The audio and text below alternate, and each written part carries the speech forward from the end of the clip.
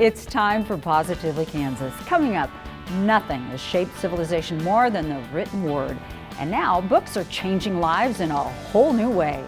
You'll see what makes this Wichita bookstore so special. Also, we travel to Lyons, where the town museum is an international attraction. It boasts a collection of artifacts that's unmatched anywhere else in the world. And then we drop in on this very special softball game. These boys of summer have a 75-year legacy to uphold. Find out all about it. And a Wichita Dance Company seeks to entertain and educate at the same time. You'll see how it's motion with meaning. I'm Sierra Scott. Those stories in Kansas Wild Edge are queued up and ready to roll on this edition of Positively Kansas.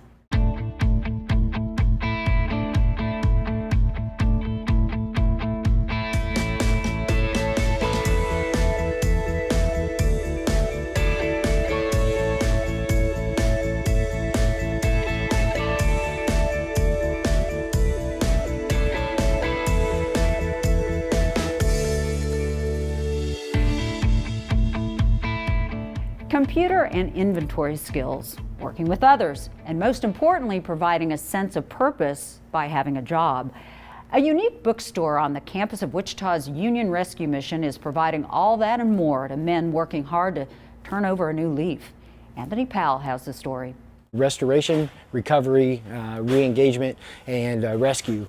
The 4 R's are at the center of everything the Union Rescue Mission provides its residents. And nowhere is that more evident than at the New Leaf Book Mercantile, one of the mission's work therapy programs. Here, men gain structure and discipline, learn various skills, and the confidence they'll be able to succeed after leaving the program. At the store, once books are donated, the men note each title, sort and value them. The books are then placed online and either shipped to the public or made available at stores the mission partners with. The name New Leaf Book Mercantile symbolizes turning over a new leaf in life. And while the program plays a significant role in that, neither residents nor the mission believe anything is possible without faith. The greatest thing is in order to just see how God continues to empower them in order to step into those challenges and just embrace the unknown, because then you have this beauty of self-discovery that comes in on the other side of it.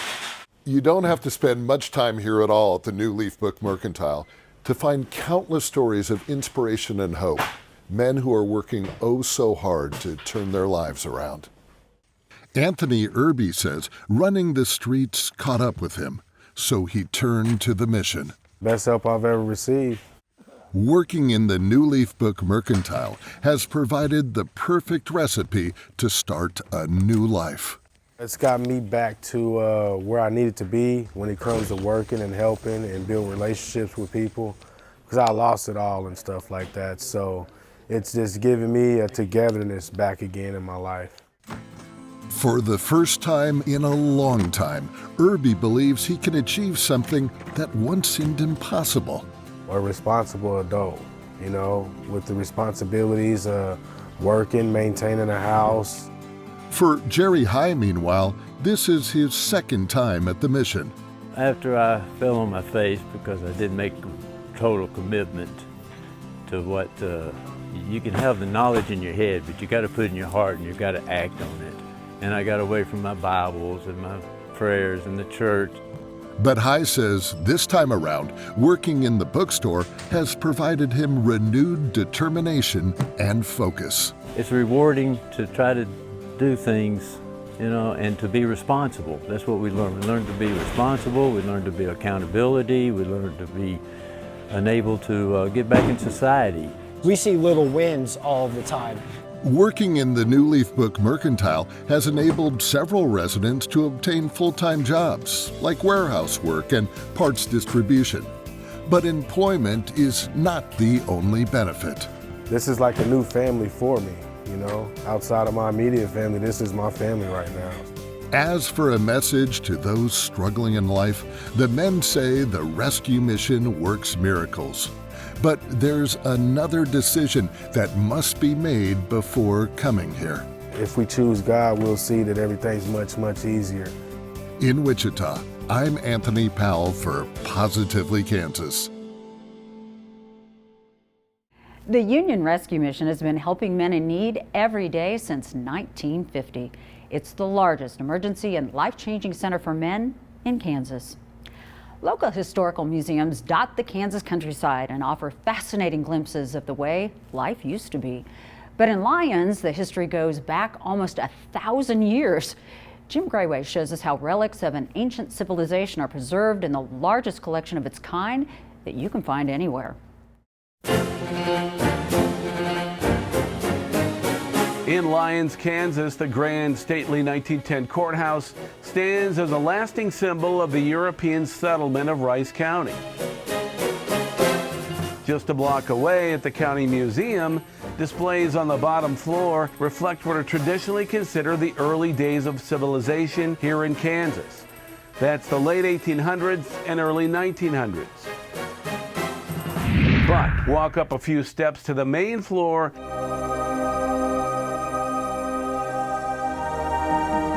and you'll learn about an advanced civilization that occupied this area hundreds of years before the Europeans ever arrived. They were remarkable because they lived in small villages, villages maybe containing 20 to 50 huts like you see here in the museum. They dug their huts down in the ground so it would be warm in winter and cool in summer.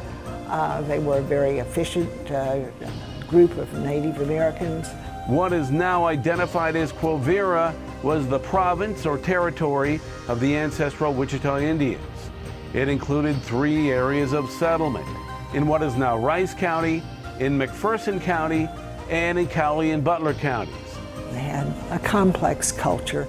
Charlene Akers, who is executive director of the Coronado Quivira Museum, has a good way of putting the size and success of Quivira in perspective. There were probably 20,000 plus Quivirans here. Today in Rice County, there's less than 10,000 people. Much of what's known about these people has been pieced together here over the past 150 years, long after Quivira vanished.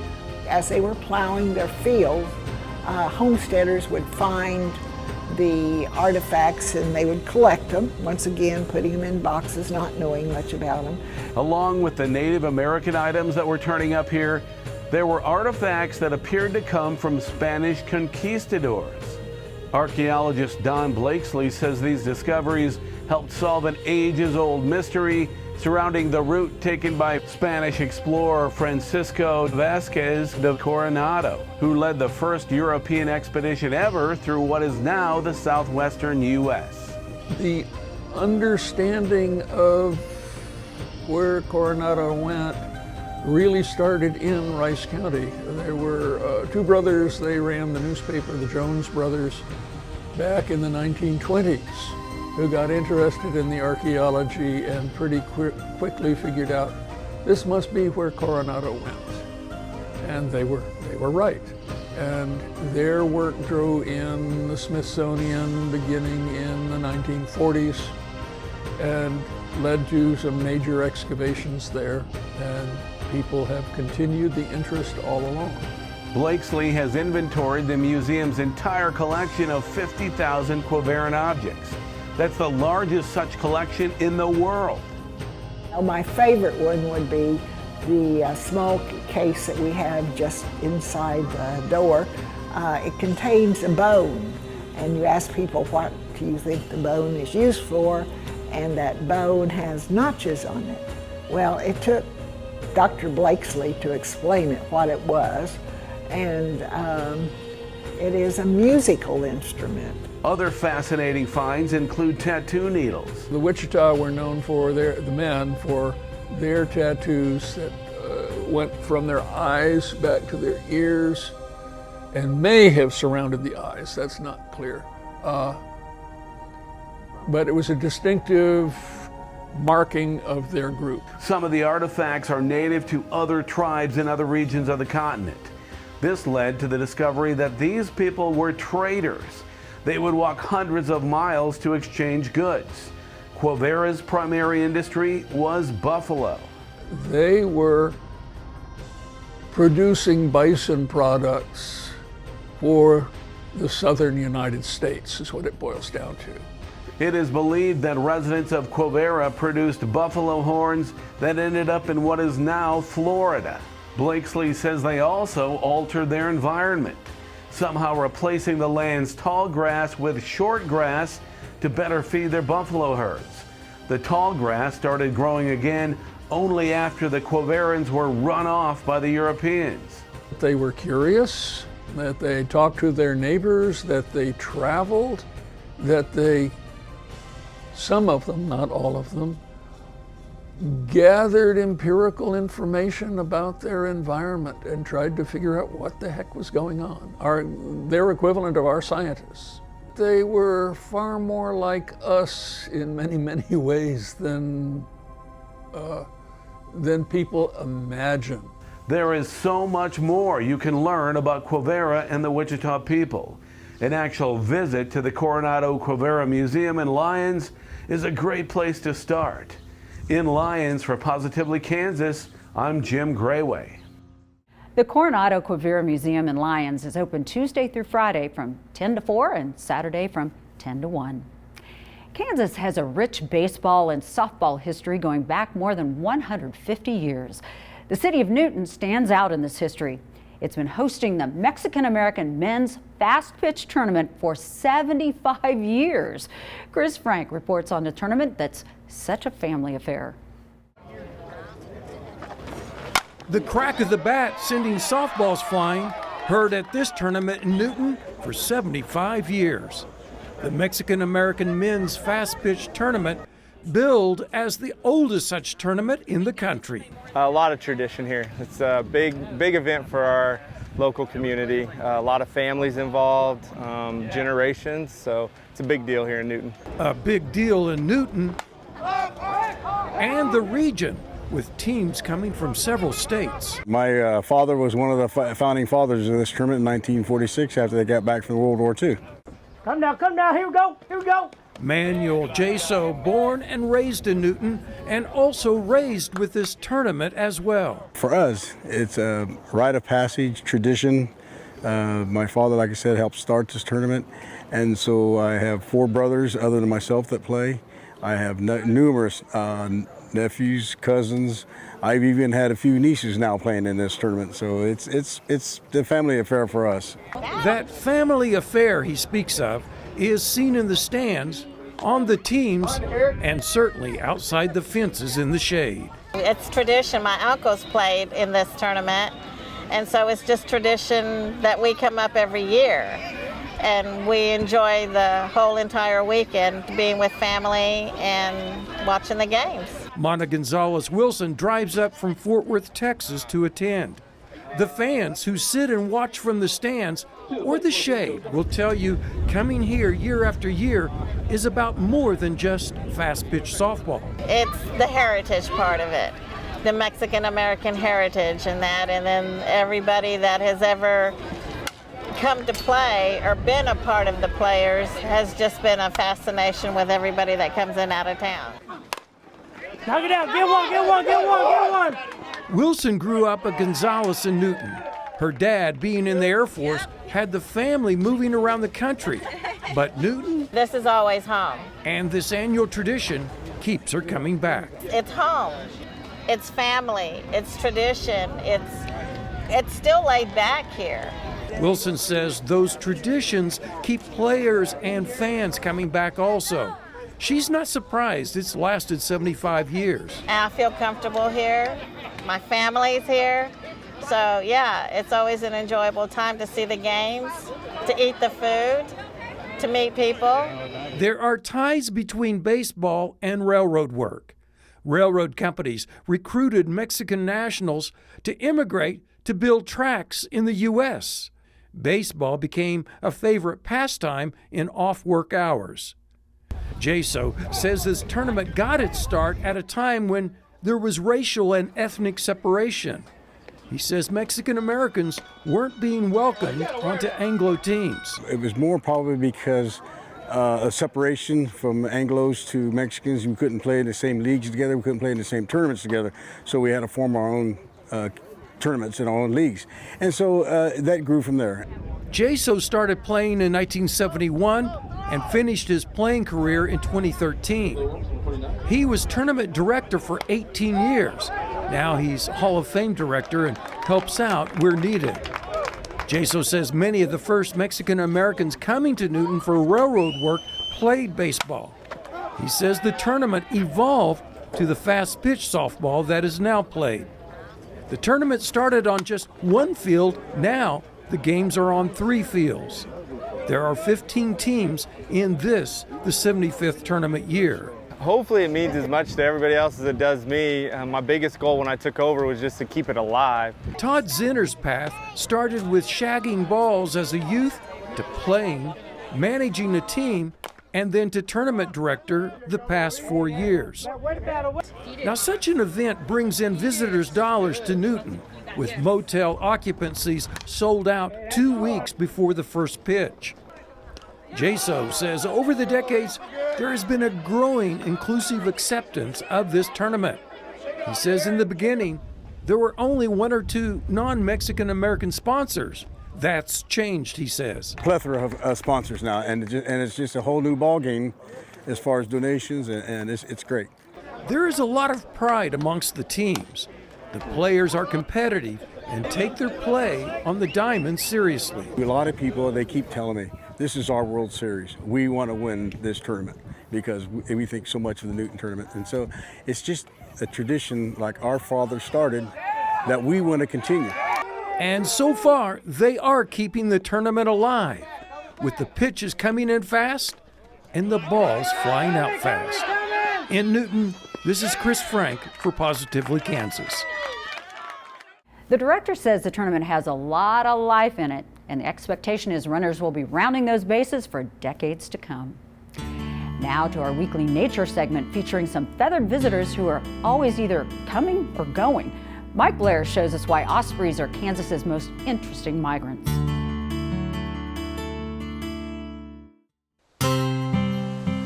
They ride in on a September wind, and if you're lucky, they might stay for a month.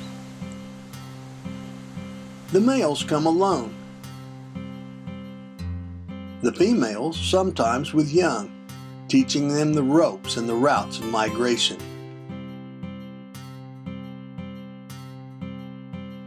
Adult birds live 20 years or more, and they establish favorite stopovers. You'll see them year to year, sitting on favorite trees and perches. They're exciting to watch, and many birders await the coming of ospreys. These raptors are unique. Sometimes called sea hawks or fish eagles, they are fully dependent on live fish. 99% of their diet is fish taken from the surface to 3 feet deep. They are white with dark wings and head stripes, and their long wings are usually held while flying in a noticeable bend, knuckles forward. Osprey migration is spurred mainly by temperature rather than photoperiodism, which drives much of nature. Many living things are hardwired to behave according to the amount of daylight in changing seasons. But for ospreys, it's a matter of food. Fish move from shallows to deeper water as temperatures cool. This makes them harder to hunt. So ospreys go where fish are easier to catch. A hunting osprey is a thing of beauty. These birds normally hunt on the wing rather than watching from tree limbs.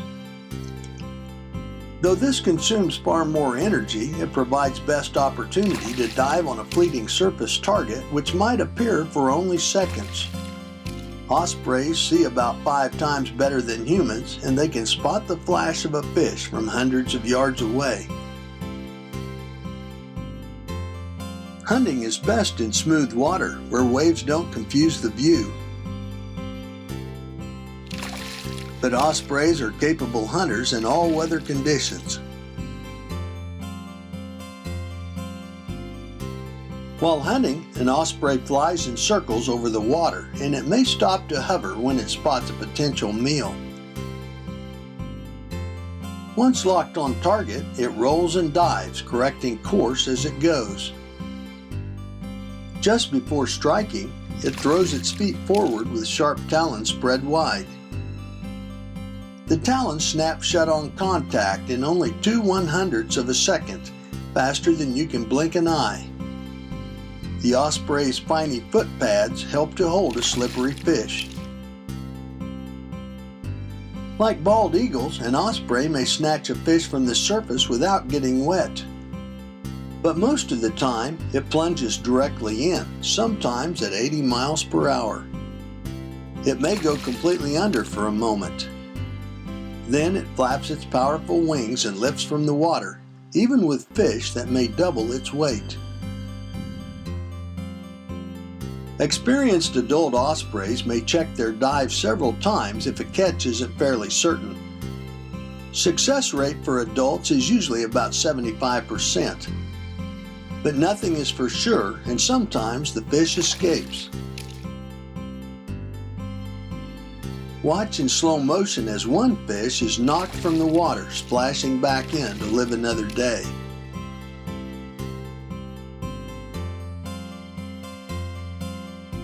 Conversely, watch this amazing catch as an osprey grabs a double, a fish with each foot on one dive.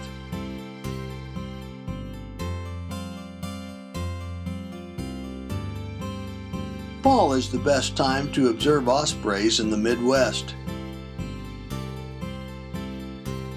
If they stop where you live, watch for these amazing birds. Nature's best aerial fishing specialists. I'm Mike Blair for Positively Kansas. Next time, Mike reports on one of Kansas's most aggressive and dangerous creatures, which is also a threatened species. Modern dance with a powerful message takes center stage as part of a unique collaboration with Midwest ties. Tristan Griffin and Regina Klinjowski operate the only two professional contemporary dance companies in the state. Anna Spencer takes us to rehearsals as the dance companies join forces to tackle big issues through dance and Converge.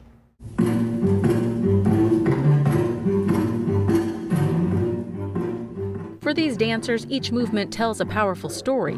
Every step conveys a message, and through exceptional choreography, they work together to amaze and inspire.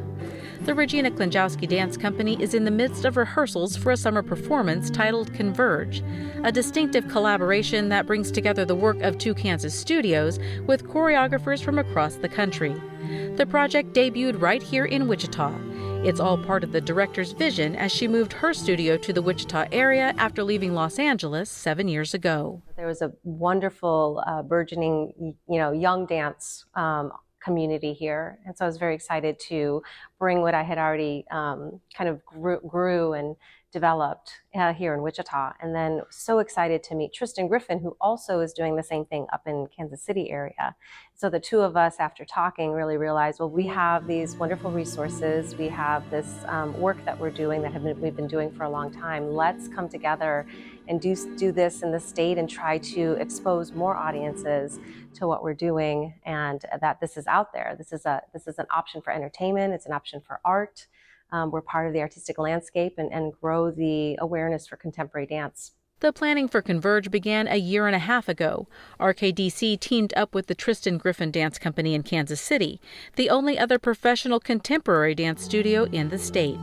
Thanks to grants and funding, the two studios began working with additional choreographers in LA, Chicago, Kansas City, and Wichita to craft a thoughtful work rooted in identity, race, gender, and social justice.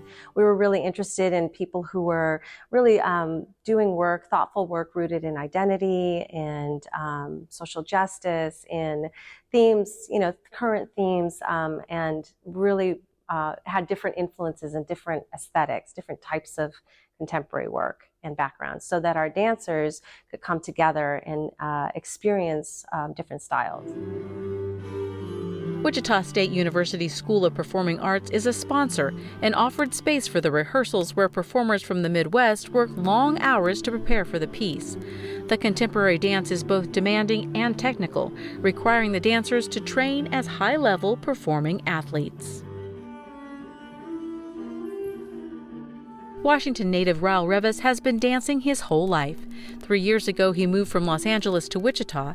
He says working with different choreographers has helped him to grow as a dancer. Preparing for this has been very different for myself personally. Again, getting to work with the company all year, we really get some time to create and modify.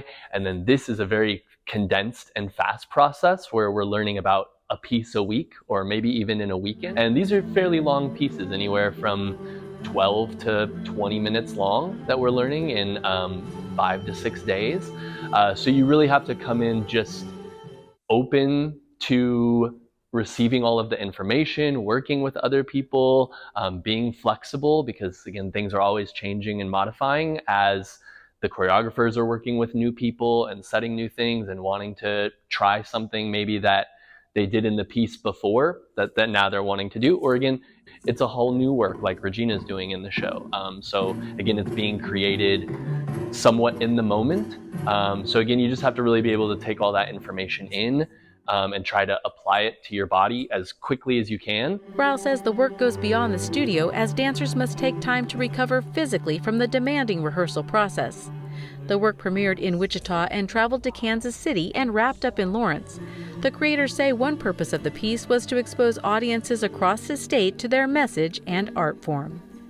Kansas City dancer Simone Davis says working with this collaboration has been both demanding and rewarding. A super fast-paced environment. Like, I rehearse all day, we have a warm-up class in the morning, and then the evenings are really meant to like recover, and then the next day is like right back at it. So it's super intense, but as a dancer, that's what we like. We like to be like challenged. Creators say the final work is equal parts moving, beautiful, relevant, and interesting, the kind of work that leaves an impression on an audience. The RKDC is already working on their next performance. The dance company offers classes at Andover Dance Company Studios and anticipates other creative opportunities through community partnerships across the metro area. In Wichita, I'm Anna Spencer for Positively Kansas. Well, that's a wrap for this week. PositivelyKansas@kpts.org is our email address if you have a question, comment, or story idea. We always like to hear from you. Until next time, I'm Sierra Scott. Be well. I'll see you again soon.